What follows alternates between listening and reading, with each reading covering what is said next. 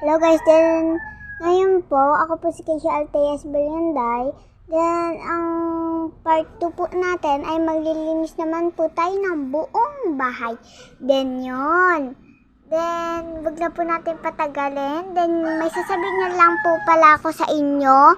Kaya po pala ako naglilinis dahil po wala sila mama dito. Yan. Kaya po ako yung schedule ngayon. Tapos bukas po si mama naman po ulit. Tara na po, wag na po natin patagalin nito. Sorry po at nabubulol pa ako. And yan po, post muna po ako, hindi ganon.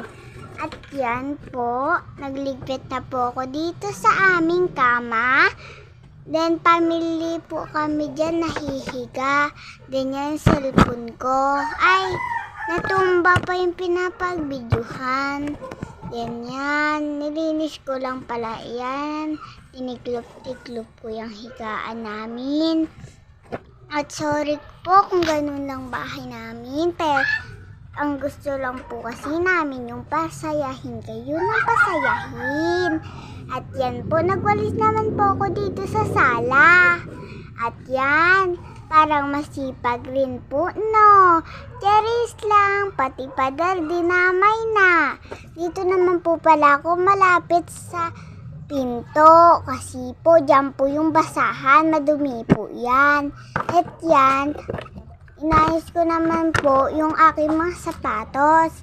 Then yan, tinignan ko naman po dito sa lamesa kung alin po yung mga walang laman. Yan, sinuot ko na yung Crocs at pumunta na pala ako dito sa kusina. Naghugas na po pala ako ng plato dyan. At saglit lang po pala ako maghugas kasi plato, baso, kutsara at mangkok lang po yung hinugasan ko. At yan po, tapos na po pala. Yan po yung loob. Then yan.